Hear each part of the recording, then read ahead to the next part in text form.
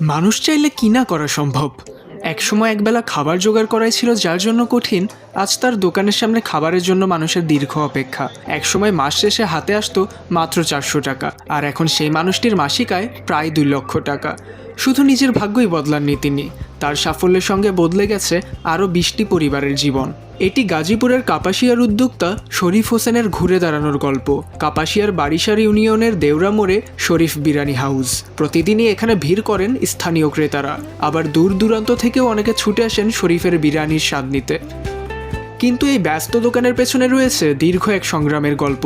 দরিদ্র পরিবারে জন্ম শরীফের। দিনমজুর বাবার সামান্য আয়ে চলত 2 ভাই ও 1 বোনের সংসার। অভাব ছিল তাদের নিত্যদিনের সঙ্গী।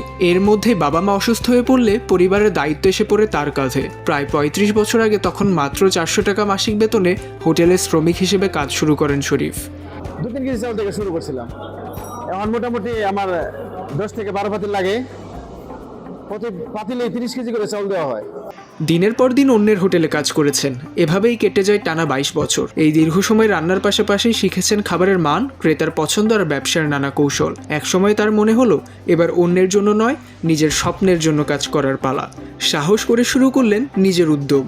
পুঁজি ছিল সামান্য, মাত্র 2 কেজি চাল দিয়ে শুরু হয় শরীফ বিরিয়ানি হাউসের যাত্রা। শুরুটা ছোট হলেও লক্ষ্য ছিল বড়। খাবারের স্বাদ, মান আর ক্রেতাদের সঙ্গে আন্তরিক ব্যবহারের জন্য একজনের কাছ থেকে আরেকজনে ছড়িয়ে পড়ে শরীফের বিরিয়ানির সুনাম। সেই ছোট্ট উদ্যোগে এখন পরিণত হয়েছে এলাকার পরিচিত এক খাবারের ঠিকানায়।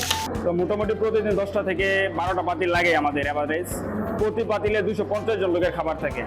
তো সবকিছু মিলায় 2500 থেকে 3000 মতো লোকের চাহিদা থাকে আমাদের খাবারের চাহিদা। 2 কেজি চাল দিয়ে শুরু করা ছোট্ট উদ্যোগ আজ হয়ে উঠেছে একটি সফল ব্যবসা।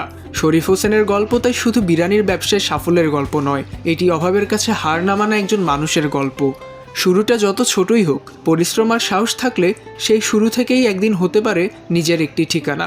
শরীফের পথ চলা যেন তারই জীবন্ত প্রমাণ। ওমর ফারুক সাজ্জাদ, বাংলা টিভি।